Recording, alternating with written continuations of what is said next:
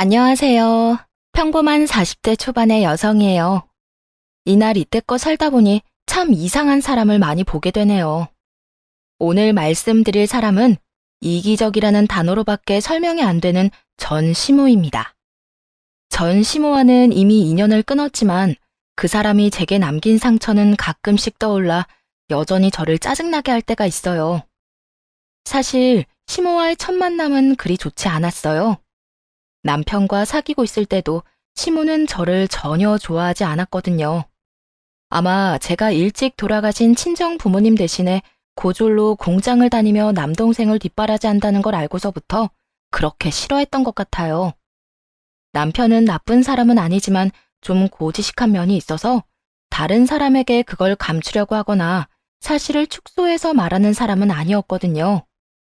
우리가 사귀던 시절 처음으로 시모와 만났던 자리에서 시모는 남편이 밖에 전화하러 간 사이에 넌지시 이렇게 말했어요. 아직 어리니 그냥 사귀기만 해라. 나는 너처럼 부모도 없고 부양해야 할 가족이 있는 집이랑은 사돈 맺기 싫으니까. 결혼도 어느 정도 맞는 사람끼리 해야 되지 않니? 그러니 이쯤에서 사랑놀이 그만하고 적당히 때려치워. 알았니? 그 말이 정말 큰 상처가 되었어요. 아, 세상 사람들은 부모 없이 자란 고졸 여성에게는 이렇게나 잔인하구나 하는 생각이 들었죠. 그리고 순식간에 제 인생이 10원짜리 한 장만큼도 못한 것처럼 느껴지더군요. 여태 악착같이 일하며 동생의 뒷바라지를 했지만 이런 식으로 다른 사람들에게 나쁜 말을 들은 건 정말 생전 처음이었거든요. 그렇게 상처를 입은 그날 정말 공교롭게도 남편이 깜짝 프로포즈를 하더군요. 그 기분으로는 도저히 남편의 프로포즈를 받아들일 수 없었어요. 그러나 남편은 끈질기게 설득해왔죠. 자신만 보고 결혼해주면 안 되겠냐고요. 남편은 나무랄 데 없는 사람이긴 했어요. 직장도 성격도 그리고 가정적인 면까지 말이에요. 게다가 힘들 때 저와 동생을 많이 도와주기까지 했고요. 참 웃기더라고요. 이 남자는 저에 대한 사랑으로 제 직업이나 상황 이런 것들을 모두 도와주려고 하는데 이 남자의 어머니는 제 직업이나 상황 때문에 이 남자와 저의 결혼을 반대한다니 말이에요. 그때 그런 생각이 들었어요. 내가 시모랑 같이 살 것도 아니고 이 남자 하나 믿고 결혼해도 되지 않을까 하고 말이에요. 저한테만 잘했다면 이런 생각까지는 안 했을지 모르지만 동생에게도 워낙 잘했으니까 말이에요. 매달 동생에게 저 몰래 용돈까지 쥐어줄 정도였으니 이 사람을 믿어보자 싶어 결혼했네요. 그리고 선택은 나쁘지 않았어요. 남편은 제 상황을 충분히 이해해 주었고 동생마저 가족의 틀 안으로 끌어들여 주었어요. 우리 셋만 생각하면 정말 완벽한 가족이었죠. 남편의 배려심과 착한 마음에 항상 고맙게 생각했습니다. 그렇지만 아이러니하게도 남편에게 고마운 감정이 드는 것과 동시에 시모에 대한 저의 반감은 날이 갈수록 커지기만 했어요. 시모는 결혼식에서부터 저를 본격적으로 괴롭히기 시작했거든요. 친척과 지인들이 있는 곳에서 대놓고 싫다는 표정을 짓고는 제 흉을 보고 다녔죠. 내가 정말 못 살아. 나 지금 사기당한 기분이라니까. 아무리 그래도 그렇지 부모도 없는 애를 어떻게 며느리로 들여? 게다가 학력은 또 어떻고 고졸이 말이 되니? 공장에서 일하면서 어떻게 우리 애를 만났는지. 친구들이 그 말을 전해주지 않았다면 아마 아무것도 몰랐을 거예요. 친구들은 열받아서 한마디씩 하더군요. 너 진짜로 저런 아줌마 시어머니로 모시고 살 거야? 다시 생각해. 오빠가 너한테 얼마나 잘했는진 잘 알지만 그래도 저렇게 대놓고 마음에 안 든다고 입 터는데 시집 가면 시집살이는 안 봐도 뻔하잖아. 그래, 네가 어떤 상황인지도 모르고 진짜 속편하게 남 뒷담 하나 까는 거 보니까 인성 보이네. 어떻게 저 오빠가 저런 아줌마 뱃속에서 나왔대? 친구들의 한마디는 우울했던 기분을 그나마 달래주었고 이런 상황을 이미 짐작한 저는 친구들에게 말했죠. 괜찮아. 내가 저 아줌마랑 같이 살 것도 아니고 오빠가 결혼하고 나면 합가는 절대 안 할 거래. 그러니까 걱정하지 말라고. 그리고 부모님 두 분 다 간병보험 빵빵하게 넣어놔서 우리가 고생할 일은 없을 거라고 했거든. 결혼 전 시모 때문에 걱정하자 남편이 약속한 것들이었어요. 절대로 합가는 안 할 것이고 수발 들라는 말도 안 하겠다고요. 그걸 위해 남편은 두 분의 간병보험까지 본인 돈으로 넣어뒀어요. 그래도 걱정이야. 안 보고 살 수는 없을 거잖아. 친구 말대로 결혼하면 시모와 안 보고 살 수는 없을 거예요. 하지만 언젠가 시모든 저든 상황이 정리될 거라고만 생각했죠. 그렇게 결혼을 한 뒤 시모는 곧바로 저를 괴롭히기 시작했어요. 저를 마치 가사 도우미처럼 부리기 시작하더군요. 처음 한두 번은 시댁에 대한 존중으로 시모가 시키는 대로 했지만 점점 선을 넘는 행동이며 요구를 하더군요. 그래도 설 명절에 저 혼자 요리를 하게 만들거나 저를 향해 나쁜 소리를 한다거나 그런 것들은 참을 수 있었어요. 동생 뒷바라지하면서 쌓아온 기술들이 있는 데다 저를 향한 나쁜 소리는 남편이나 시부가 나타나면 시모는 입을 싹 닫았거든요. 그래서 일부러 시모와 만나는 날에는 남편을 제 옆에 꼭 붙여뒀어요. 남편도 저한테서 떨어지기 싫어하니 한 3년간은 잘 참을 수 있었네요. 그런데 결국 참을 수 없는 일이 벌어지게 됐어요. 예, 이번 주말에 우리 친구들 친목 모임 우리 집에서 하게 됐어. 그날 10명 정도 우리 집 올 건데 네가 와서 청소도 하고 요리도 좀 해. 그 주말에는 저희 부모님 기일이었어요. 두 분은 교통사고로 함께 돌아가셔서 기일이 같았는데 납골당에 모셔뒀죠. 당시에는 저도 동생도 너무 어렸고 산소를 만든다 해도 유지할 수 없을 것 같아 납골당에다 모신 거였어요. 이번에도 동생과 함께 납골당에 갈 예정이라 그날은 일도 빼두고 있었는데 시모가 갑자기 통보를 하더라고요. 순식간에 기분이 착 가라앉았어요. 어머님, 죄송한데 그날은 저희 부모님 기일이에요. 동생이랑 납골당 가기로 해서 그러는데 그냥 업체에서 케이터링 서비스라도 부르는 게 낫지 않을까요? 화는 났지만 공손하게 사과하며 어떻게 하면 좋을지 대안까지 말해주었죠. 그런데 시모가 갑자기 급발진을 하더군요. 야, 일하기 싫으면 우리 아들이랑 결혼을 하지 말았어야지. 아무것도 없는 거 데려다가 며느리까지 시켜줬는데 지금 뭐? 네가 부모가 없는 게 우리 탓이니? 그날만 날이야. 아무 날이나 가서 보고 오면 되잖아. 웃겨서 정말. 이게 은혜를 원수로 갚는 게 아니면 뭐니?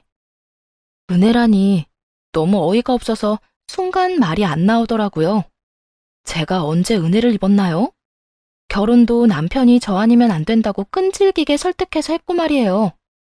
그 와중에 자기 아들한테는 한마디도 못하고 저한테만 압력 넣어서 헤어지게 만들더니 어디까지 하나 싶어 쳐다보는데 뚫린 입이라고 거지 같은 막말을 쏟아내더군요. 돈 한 푼 없이 시집 왔으면 몸으로라도 열심히 갚아야 할 거 아니야.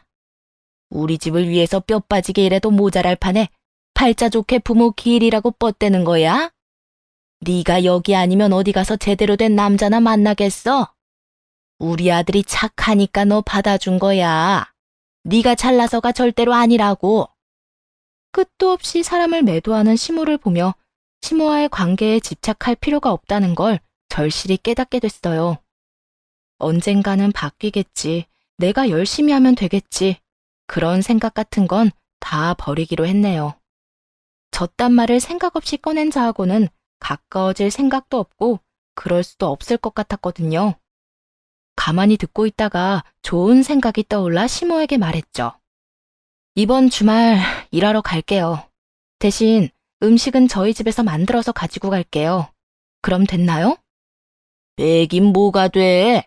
와서 청소도 하고 정리도 해야지.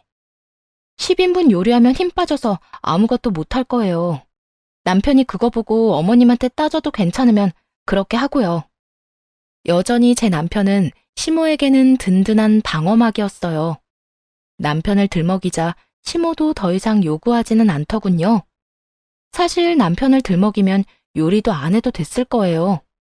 납골당 갈 때 남편에게 같이 가자고 한다면 시모도 더 이상 뭐라고 하지 못했을 테지만 그보다 강력한 한 방을 먹이고 싶었거든요. 그렇게 열심히 요리를 준비하기 시작했어요. 식재료부터 사고 밑준비부터 시작해서 토요일 아침부터 점심때까지 열심히 요리를 해서 큰 반찬통 몇 개의 요리를 담아 시댁으로 향했죠. 일부러 모임 시간 딱 맞춰서 시댁에 도착했어요. 갔더니 역시 사람들이 먼저 도착해 있더라고요. 시모는 저를 보며 화를 내더군요. 얘, 왜 이렇게 늦은 거야? 손님들 이렇게 다 와서 기다리는데. 어서 음식부터 세팅해라. 다들 배고프신데. 그 말에 저는 알겠다 대답하고 아주 흥겹고 즐거운 마음으로 거실 중앙에 마련된 커다란 좌식 식탁에 상을 차리기 시작했어요. 그리고 점점 완성되는 상차림에 주변에 있던 사람들이 수군거리기 시작했어요. 시모는 그것도 모르고 입구 쪽에서 친구들을 맞이하고 있더군요. 만든 요리를 상에다 올리고 시모를 불렀어요. 어머님, 상 다 차렸어요. 와서 식사하시면 될 것 같아요. 그 말에 시모가 식탁으로 왔다가 경악스러운 얼굴로 저와 식탁을 번갈아 보며 소리를 빽 지르더군요. 이게 다 뭐야? 너 미친 거 아니냐? 친목 모임에 무슨 제사상을 차려놨어? 맞아요. 제가 차린 건 삼색나물에 탕국, 조기에 산적, 꼬치까지 완벽한 제사상 차림이었거든요. 제기가 아니라 하얀색 도자기 접시에 놓여있을 뿐인 제사상이었죠. 게다가 준비한 디저트도 마찬가지였어요. 튼실한 배와 사과를 윗동을 깎아 접시에 쌓아 올려놨더니 모양이 좋더라고요. 시모가 요리 준비하라고 했을 때 그런 생각이 들었거든요. 우리 부모님 납골당에 모시느라 여태 제사상도 제대로 못 받으셨는데 이번 기회에 제사상 한번 잘 차려드리면 좋을 것 같다고요.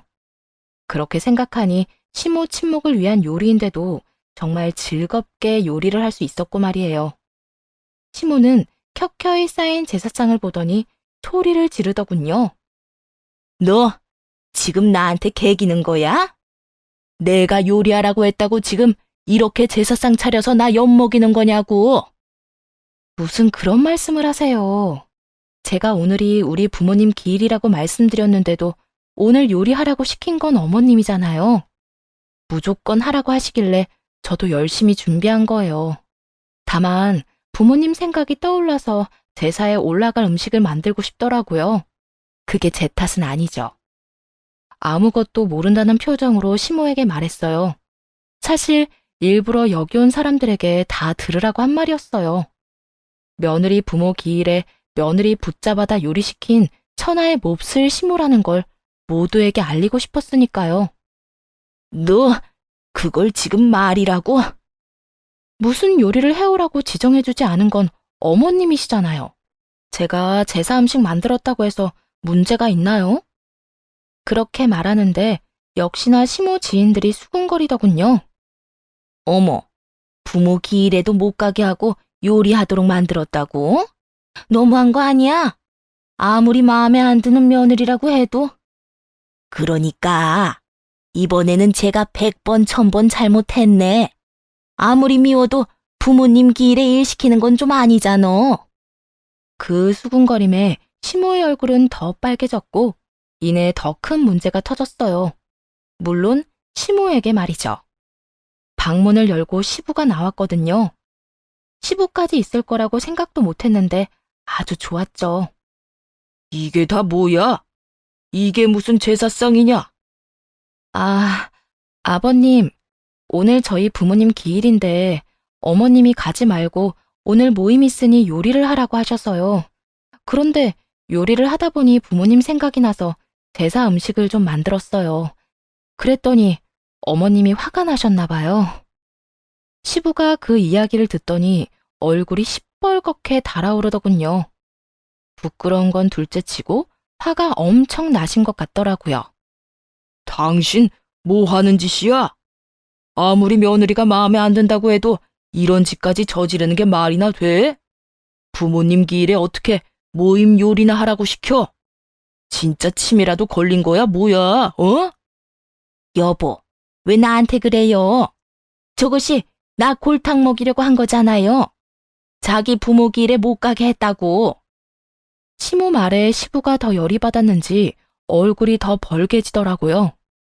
부모 길에 못 가게 한 게 별거 아니라는 것처럼 말하는 시모 때문이었죠.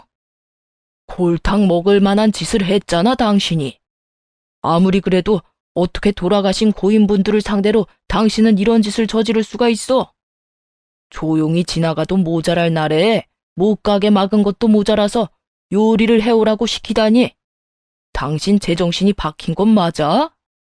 결국 시부가 저에게 사과를 하고 보내줬어요. 위에 올려둔 제사 음식을 모조리 다시 반찬통에 넣어서 가지고 동생네 집으로 향했어요. 밖으로 나오는 동안 들리는 시부의 욕설과 잔소리에 어찌나 속이 시원하던지요. 그렇게 제사 음식을 들고 동생과 제사상을 차리고 함께 시간을 보낸 뒤 집에 왔어요. 그 뒤로 시모는 저만 보면 잡아먹을 것처럼 벼르더군요. 솔직히 이쯤 되니 시모와 굳이 잘 지내려 애쓰지 않아도 되겠다 싶더라고요. 그렇게 저만 속 편하게 3년을 더 보냈어요. 시모는 저를 괴롭히고 싶어 했지만 시부가 두 눈 부릅뜨고 감시하는 통에 그러지 못했고요. 그러던 어느 날 저희 집안에도 우환이 찾아들었어요. 실질적으로 우리 집안이라고 하긴 못하지만요. 숙부님이 암으로 병원에 입원하게 되었거든요. 시삼촌은 노총각으로 여태까지 혼자 살았는데 시부가 동생을 아주 많이 챙겨줬다고 들었어요. 처음에는 시부가 왜 그렇게 동생을 챙기는가 싶었는데 남편에게 이야기를 듣고 보니 그럴 수밖에 없었더라고요. 시부가 15년 전쯤에 신장이 안 좋아서 이식을 받았어야 했는데 그때 흔쾌히 자기 신장을 준 사람이 10살이나 어린 시삼촌이었다고 하더라고요. 게다가 그때는 시삼촌도 기술로 먹고 살고 있어서 시부가 일하지 못해 힘든 시기에 경제적으로 도움을 많이 줬다고 해요. 남편이 숙부님을 대하는 것만 봐도 얼마나 고마워하는지 알 수 있었죠. 그렇게 시삼촌이 병원에 입원하자 시부가 나서서 직접 돌보기 시작했어요. 따로 말하지는 않았지만 남편도 틈틈이 보러 가는 것 같더라고요. 그런 남편을 따라 몇 번 가본 것이 다였지만 사람이 참 괜찮은 분이셨어요. 대화하기도 편하고 점잖고 좋은 분이셨죠. 그런데 시모는 그런 숙부님을 엄청 안 좋아하더군요. 돈 없는 티낸다고 궁시렁거리는 걸 우연히 들어서 알았네요. 아무리 그래도 자기 남편 신장 이식도 해주고 살려준 은인인데 저런 식으로 대해도 되나 싶을 정도였죠. 그런데 시삼촌의 상태가 점점 나빠지면서 시부가 수발들기에는 어려운 일이 점점 생기더군요. 결국 개인 간병을 써야 할 상황까지 오게 됐는데 개인 간병을 쓸 만큼 돈을 많이 모아두지는 않았더라고요. 그렇다고 시부가 그 많은 돈을 부담할 수도 없었고요. 그런데 그때 시모가 저를 걸고 넘어졌어요. 우리는 늙었으니 이제 며느리한테 수발 들도록 하면 되잖아요. 솔직히 지금 며느리 일도 안 하고 있는데 당신이 할 필요 있어요? 저를 또 곤란하게 만들고 싶어하는 시모를 보며 속으로 한숨을 푹 내쉬었어요. 저러다 당하는 건 자기가 될 거라는 건 짐작도 못하더군요. 그리고 사실 제가 당시에 일을 안 하고 있던 건 사실이었어요. 나이가 30대 후반인데 자연 임신으로 애가 생기지 않아서 일을 그만두고 난임치료센터를 다니며 임신을 준비하던 중이었으니까요. 솔직히 수발드는 거 뭐 상관없다고 생각했어요. 요양보호사 자격증도 가지고 있었고 하려면 할 수 있는 상황이긴 했거든요. 그런데 문제는 시모가 시키니까 정말 하기 싫었다는 거죠. 그 상황에서 시부는 제 눈치를 보고만 있었고 남편은 고개를 숙이며 애원을 하더군요. 여보, 내가 일을 안 하고 있지만 임신하려고 그런 거잖아. 이번 기회에 애를 못 가지면 언제 애를 가질 수 있을지 모르는데 그러다가 애 잃으면 더 힘들 것 같아. 알아. 나도 애 갖고 싶어서 열심히 치료센터 다니고 있잖아. 그치만 삼촌이 우리 집에 해준 거 생각하면 지금 당장 내가 일이라도 그만두고 돌봐드리고 싶거든. 근데 나까지 일 그만두면 수입이 없으니까. 우리 아버지 살려준 삼촌 일이라 내가 은혜 갚고 싶지만 그럴 수 없으니 당신한테 한 번만 부탁할게.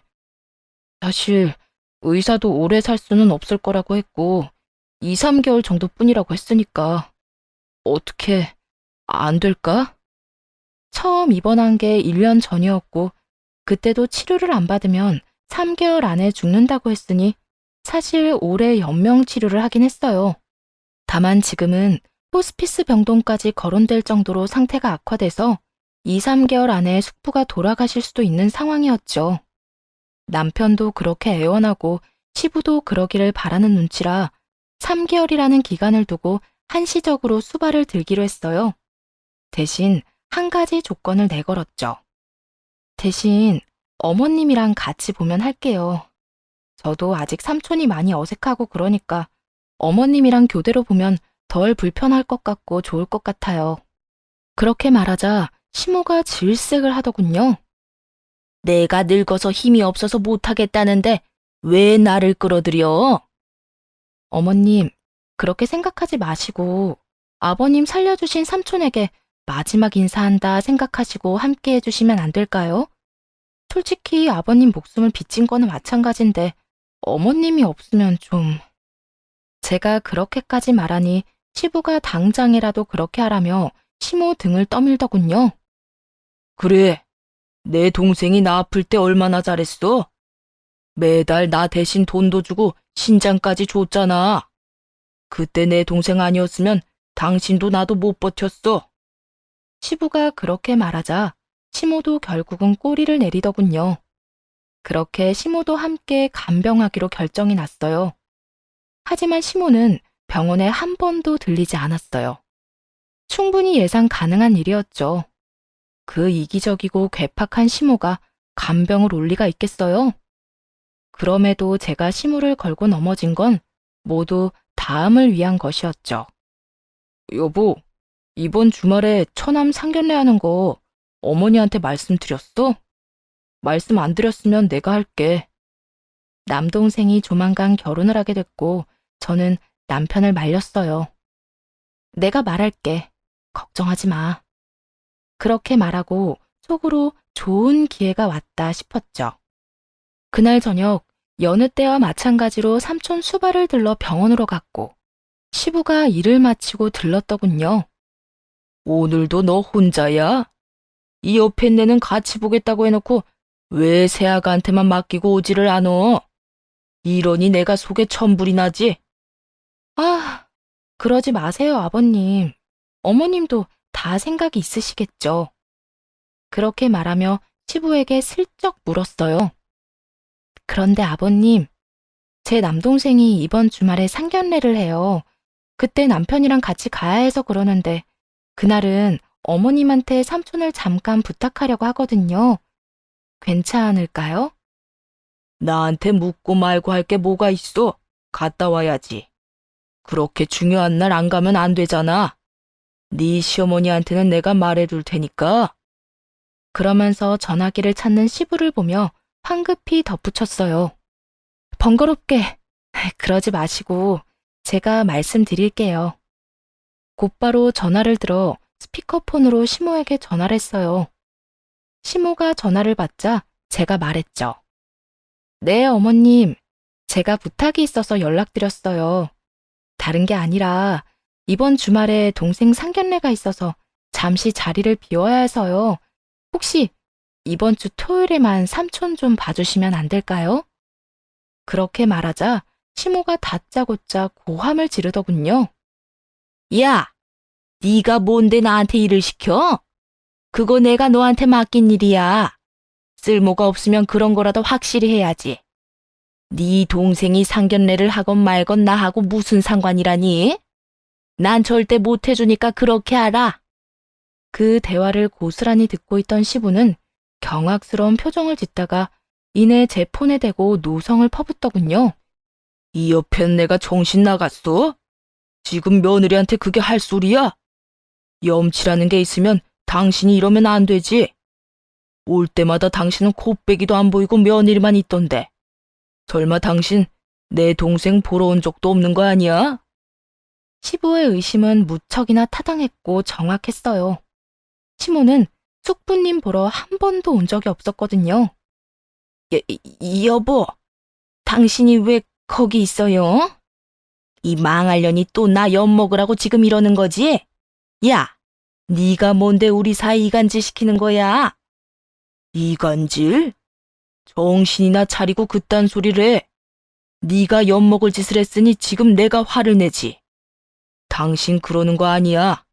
내 동생이 나 아플 때 우리 집에 어떻게 해줬는데? 은혜를 원수로 갚아? 게다가 여태 며느리한테 다 맡겨놓고는 생색을 내? 와, 이 옆에 내가. 시부의 분노는 상상을 초월했어요. 시모는 그제야 시부에게 싹싹 빌기 시작했어요. 여보, 그런 거 아니에요. 내가 왜 걔한테 다 맡기겠어요? 나도 이제 수발 들려고 했고, 저번에도 몇 번 가기도 했고. 됐어. 당신 말 못 믿겠으니 차라리 아무 말도 하지 마. 내가 병원 관계자랑 동생한테 물어보고 당신이 단 한 번이라도 이 병원에 병문안이라도 왔다고 하면 용서해 주겠지만 한 번도 와본 적도 없고 수발 드는 걸 본 적도 없다고 한다면 두 번 다시 내 얼굴 볼 생각도 하지 마. 알아들었어? 시부의 노성에 시모가 뭐라 애원했지만 시부는 냉정하게 시모 전화를 끊어버리더군요. 그 뒤로 시부의 폰으로 전화가 계속 왔지만 시부는 모조리 무시하더군요. 그리고 병원 관계자와 시삼촌, 그리고 저한테 시모가 한 번이라도 병문안이라도 왔는지 물어보더군요.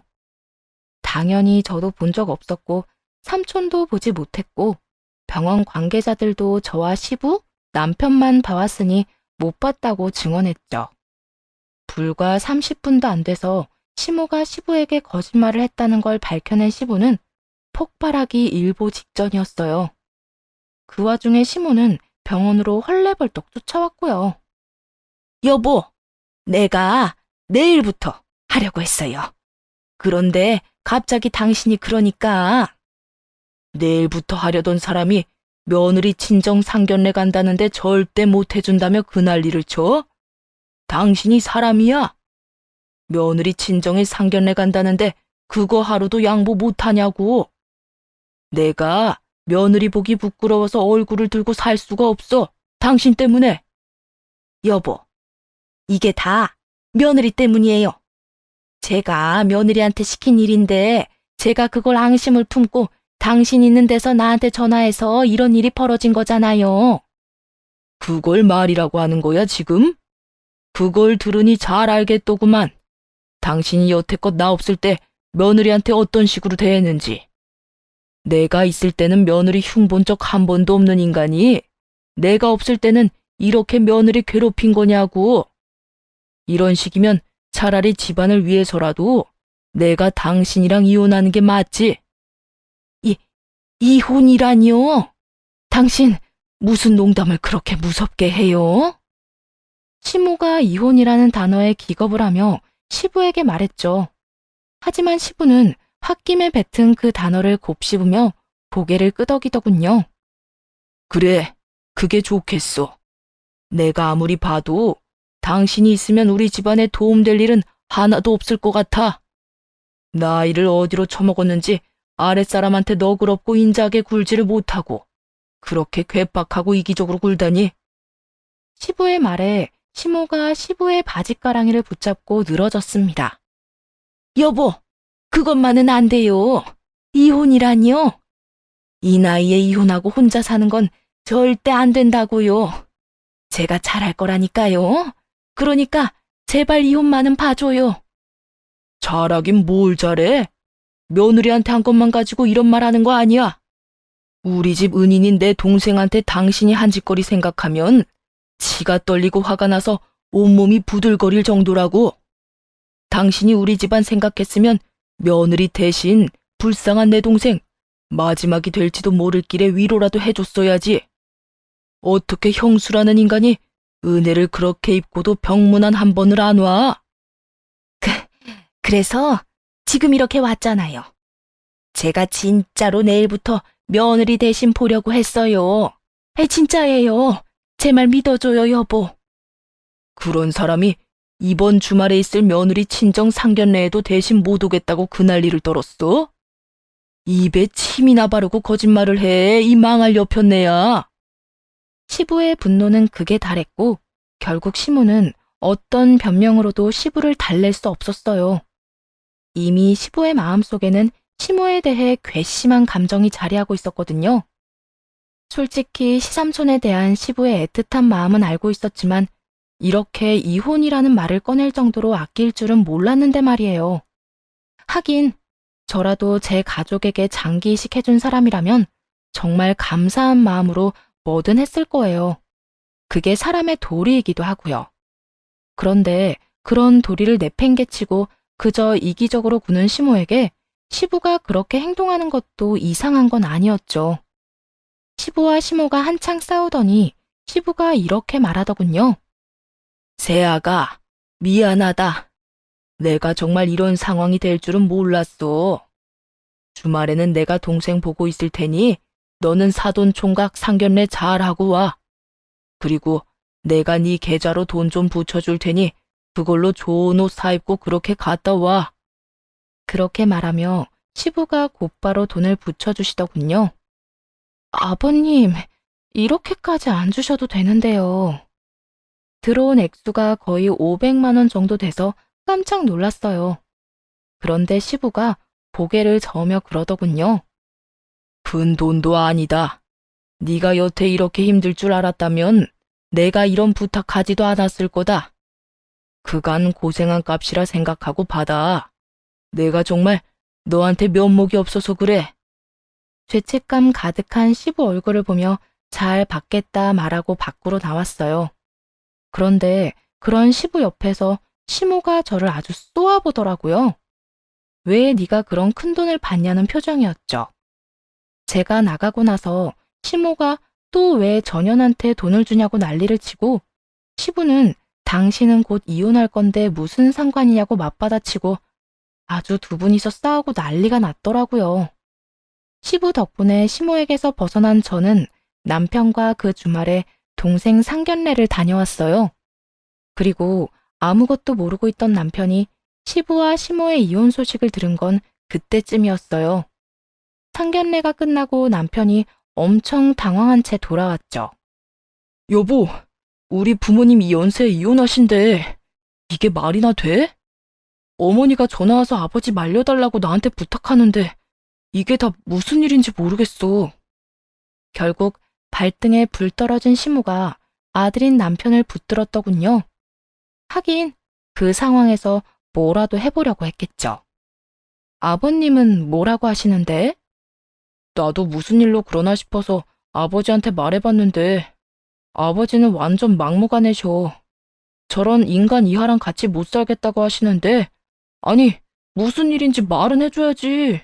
그리고 아무리 그래도 그렇지 몇십 년을 같이 산 부부인데 이렇게 뚝 끊는 게 말이나 돼?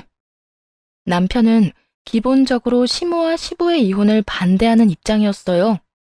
하긴 워낙 고지식한 면이 있는 사람이라 시부가 왜 저러는지 모르니 답답할 수밖에요. 그러더니 저한테 남편이 물어보더군요. 당신은 뭐 아는 거 없어? 아버지는 완전 말이 안 통하고 내가 웬만하면 이혼하지 말고 참아보라고 했는데 이번 기회가 아니면 영영 인연 끊을 기회 없을까봐 그런다고 그런 말씀만 하시니 나도 답답해. 그래서 여태 있었던 일을 남편에게 말해줬어요. 사실 이번에는 나 때문인 것 같아. 어머님이 삼촌 보러 한 번도 안 왔었는데 이번에 우리 상견례 때문에 어머님한테 처음으로 봐달라고 부탁드렸거든. 그런데 어머님이 그걸 거절하셨고 그걸 아버님이 옆에서 듣고 계시다가 화를 엄청 내셔서. 뭐? 이번에 우리 다녀온 상견례? 응. 그것뿐이면 아버님도 이혼하자고는 말씀 안 하셨겠지. 그거보다는 아마 어머님이 한 번도 삼촌 입원한 병원에 와본 적 없는 걸 아버님이 아셔서 그랬던 것 같기도 하고. 남편이 눈이 커다랗게 뜨며 쳐다보더군요. 이제까지 어머니랑 같이 삼촌 본 거 아니었어? 내가 삼촌 수발 들었던 시간 동안에는 어머님 오신 적 한 번도 없어. 사실 그것도 아버님이 병원 관계자 통해서 알아본 거라서 나도 자세한 건 잘 몰라. 남편은 경악하더니 한숨을 푹 쉬고는 고개를 푹 숙이더군요. 아, 여보, 미안해. 설마 이런 일이 벌어질 줄은 몰랐어. 난 당연히 어머니가 같이 해주는 줄 알고 있었는데, 앞으로는 간병하지 마. 내가 좀 무리해서라도 간병비 마련할게. 처음부터 이렇게 했어야 했는데, 내가 미안하다. 그러더니 남편은 그 자리에서 바로 어디론가 전화를 걸더군요. 어머니, 어떻게 이럴 수가 있어요. 처남 상견례까지 끌어들여서 괴롭혀놓고 저한테 아버지랑 이혼하지 않게 해달라고 한 거예요? 게다가 삼촌을 한 번도 보러 간 적도 없다는 게 말이 돼요? 아들, 너도 네 마누라 편드는 거야? 왜 이 집안에 내 생각해주는 사람이 단 한 사람도 없어? 어머니가 처신을 똑바로 하지 그러셨어요. 와이프 괴롭히는 것도 그렇고 아버지 살려준 삼촌을 그런 식으로 홀대하는 것도 그렇고. 아, 됐어요. 이제 알아서 하세요. 저는 부모님 이혼에 간섭 안 할 테니까요. 너까지 왜 이래? 나 죽는 꼴 보고 싶어서 그래? 너희 아버지랑 헤어지면 나 혼자 어떻게 살라고? 그것도 어머니가 알아서 하세요. 그러게 잘 좀 하지 그러셨어요. 아버지가 고지식하긴 하셔도 웬만하면 이혼은 안 하실 분인데 그런 분이 이혼 이야기한 거면 말 다 한 거죠. 전 모르겠으니 앞으로 저한테 두 사람 중재해달라느니 하는 말 하실 거면 연락하지 마세요. 매몰차게 전화를 끊은 남편은 그 뒤 시부와 함께 식사 자리를 만들어 제게 정식으로 사과를 해줬어요. 아가, 내 욕심 때문에 이런 일이 벌어져서 너 보기 부끄럽구나. 미리 막아주지 못한 것도 미안하고 앞으로는 간병 생각하지 말고 네 몸 건강이나 신경 쓰렴. 시부와 남편은 고개를 숙이며 사과를 했어요. 그렇게 시모는 시부와 이혼 소송을 하고 이혼했고요. 생각보다 오래 걸렸는데 숙부님은 그 기간까지 살아계시다가 시모와 시부가 이혼하자마자 사망하셨어요. 시모는 이혼하면서 저와 시부에게 욕을 그렇게 하고 나갔거든요. 그런데 그런 사람이 장례식 마지막 날에 찾아왔더군요. 정말 소름 끼치는 건 아무렇지도 않게 상복 입고 와서는 장례식 일을 도와주고 있더라고요. 이미 이혼하고 남남이 됐는데도요. 당신 도대체 여기서 뭐해? 내가 언제 와서 도와달라고 했어? 그러지 마요. 저한테도 시동생인데 제가 챙겨야죠. 어이없게 착한 척하는 시모를 보며 왜 저러나 싶었는데 곧 그 시커먼 속내를 알 수 있었어요. 그런데 도련님이 죽으면서 보험금을 많이 남겼다면서요? 엄밀히 따지면 저도 얼마 전까지 가족이었는데 보험금 정도는 좀 받을 수 있잖아요. 아니, 다 달라는 건 아니고 그래도 머릿수대로 나눠서. 그 이야기에 저도 남편도 시부도 정말 벙찐 표정으로 시모의 이야기에 정신을 못 차렸어요. 장례식 마지막 날 와서 저런 짓 한 이유가 보험금 때문이었다니. 당신 어디까지 망가질 작정이야? 내 동생이 죽었어. 나를 살려주고 내 집을 살려준 내 동생이. 그런데 여기 와서 내 동생 목숨값을 달라고? 당신이 뭘 했는데? 나도 여지껏 시동생 잘 챙겨줬잖아요. 간병할 사람 없을 때 내가 해결해주기도 했고. 다른 사람에게 떠넘긴 것도 해결이라고 생각하는 모양인지 뻔뻔한 낯짝으로 그런 말을 하는 시모를 보니 헛웃음이 나더군요. 당신이 해주긴 뭘 해줘? 다 여기 있는 우리 며느리가 한 거지. 당신이 한 짓이라고는 내 동생이 혼자 노총각으로 살면서 돈 못 번다는 소리하며 무시한 거밖에 더 있어? 게다가 내 동생 간병해준 며느리 괴롭히기만 했지. 시부의 분노는 상상을 초월했어요. 이혼을 했으니 이제 다 끝났다고 생각했는데 저렇게 와서 땡깡을 피우니 속에 천불이 날 수밖에요. 보험금 가지고 싶어? 그런데 어째? 그거 여태 내 동생 돌봐준 며느리한테 다 돌아갈 건데 당신한테는 한 푼도 없어. 시부의 말은 저도 처음 듣는 말이었어요. 시삼촌에게 보험금이 있다는 이야기는 들었는데 당연히 그건 법정 상속인이 가져간다고 생각하고 있었거든요. 그런데 갑자기 시부가 저런 말을 하길래 저도 당황한 상태였죠. 그런데 저보다 더 당황한 사람이 시모더라고요. 아니, 왜 쟤한테 다 가는 건데요? 당신이 혈육이고 우리 아들이 있는데, 그리고 그렇게 치면 나한테도 지분이 있어야 하잖아요. 저한테 돈이 돌아오면 돈 한 푼 못 받을 거라고 생각한 시모가 다급하게 소리를 지르며 화를 내더군요. 시부가 한심한 표정으로 시모를 쳐다보더니 이렇게 말했습니다. 당신이 그렇게 홀대한 내 동생이 정한 거야. 고마운 사람한테 나눠주라고 했는데 그 안에 당신 이름은 없으니까 제발 여기서 헛짓거리 하지 말고 나가. 동생 가는 길 부정타게 하지 말고. 이럴 수는 없어요. 왜 내가 한 푼도 못 받아? 나는 이혼까지 당하고 지금 이렇게 비루하게 사는데 어떻게 며느리 때문에 나를 버릴 수가 있냐고요? 몇십 년 같이 산 저보다 며느리가 더 중요해요? 끝까지 모든 것이 제 탓이라 말하는 시모를 보며 시부가 가슴을 주먹으로 내려치며 화를 버럭 냈어요. 며느리 때문에 당신이랑 이혼한 게 아니야. 당신이 이러니까 내가 당신이랑 이혼한 거지. 지금도 보라고. 장례식장에 와서 내 동생 목숨값 달라고 떼쓰는 당신 모습 좀 보라고. 이게 인간이 할 짓이야? 짐승도 이런 짓은 못해. 살아서도 대접 못 받은 내 동생인데 죽어서까지 돈으로 취급받아야 해? 아들, 너는 내 마음 이해하지? 나 너무 억울하게 이혼하고 지금 이러고 있는 거 불쌍하지도 않니? 응?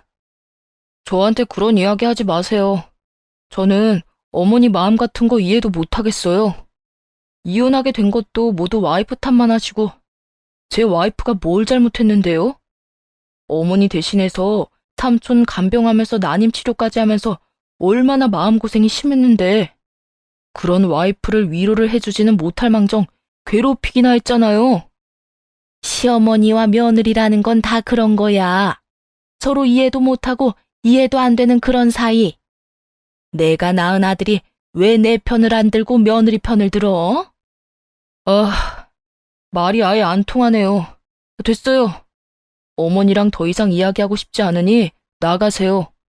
고인 가시는 길에 방해만 하고 있지 마시고요.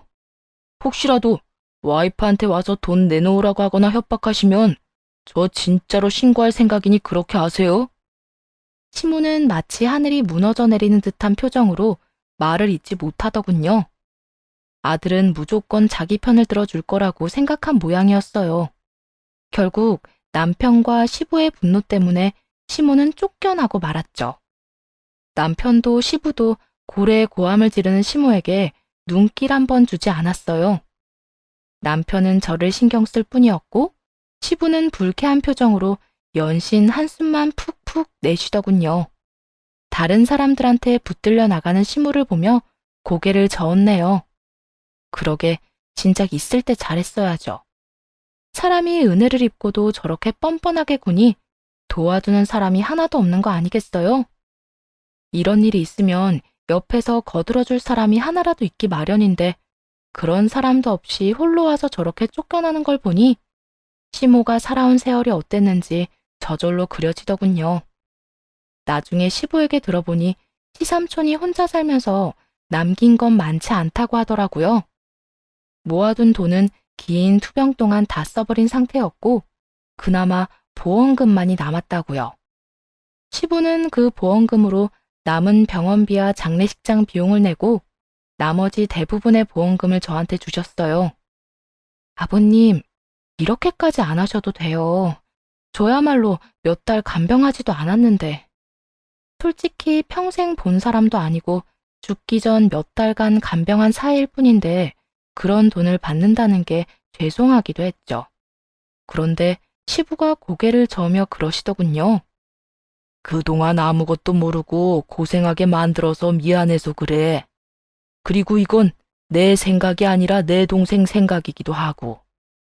마지막에 네가 옆에 있어줘서 참 좋았다고 하더라. 위로도 되고 말 상대가 있어서 힘든 것도 잘 이겨냈다고. 남편도 옆에서 거들더군요. 나도 똑같은 마음이야. 은혜를 갚아야 할 사람이 우리 가족인데 당신이 은혜를 갚았으니 그 돈은 당신 거야. 그러니까 당신 원하는 대로 써. 그게 삼촌이 원하는 거니까. 그렇게 저는 숙부님이 남긴 보험금을 받았어요.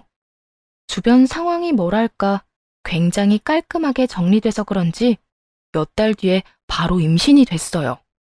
자연 임신으로 임신이 될 거라고는 상상도 못했는데 그렇게 아이를 가지니 남편도 시부도 엄청 좋아해줬어요.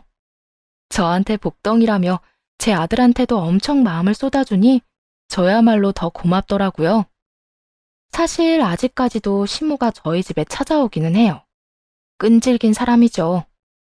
시모가 손주를 핑계로 찾아와서는 돈 이야기를 꺼낼 때면 시부와 남편이 저보다 더 열받아 하며 쫓아내주곤 합니다.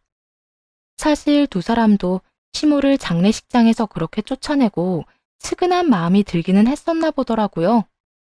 그래서 마음이 약해지던 때였는데 손주 핑계로 와서는 저한테 돈 내놓으라고 하는 걸 보고는 도리어 정이 확 더 떨어져 아예 일말의 동정심마저도 사라졌나 보더군요. 참 자기 무덤 파는 것도 재주라면 재주예요. 그렇게 시부와 남편은 시모의 마수에서 저와 제 아들을 지켜주고 있어요. 시간이 약이라고 하지만 시모에게는 그 약도 안 듣는 것 같네요. 언젠가는 정신 차릴 거라 생각하면서도 이미 일은 다 된 사람이 쉬이 바뀔 거라는 생각은 안 드네요. 시모가 바뀌지 않은 덕분에 제 주변이 편해졌으니 그것만큼은 감사할 일인가 싶기도 하지만요. 길었던 고부 갈등 이야기 들어주셔서 감사합니다. 편안한 하루 보내시길 바래요.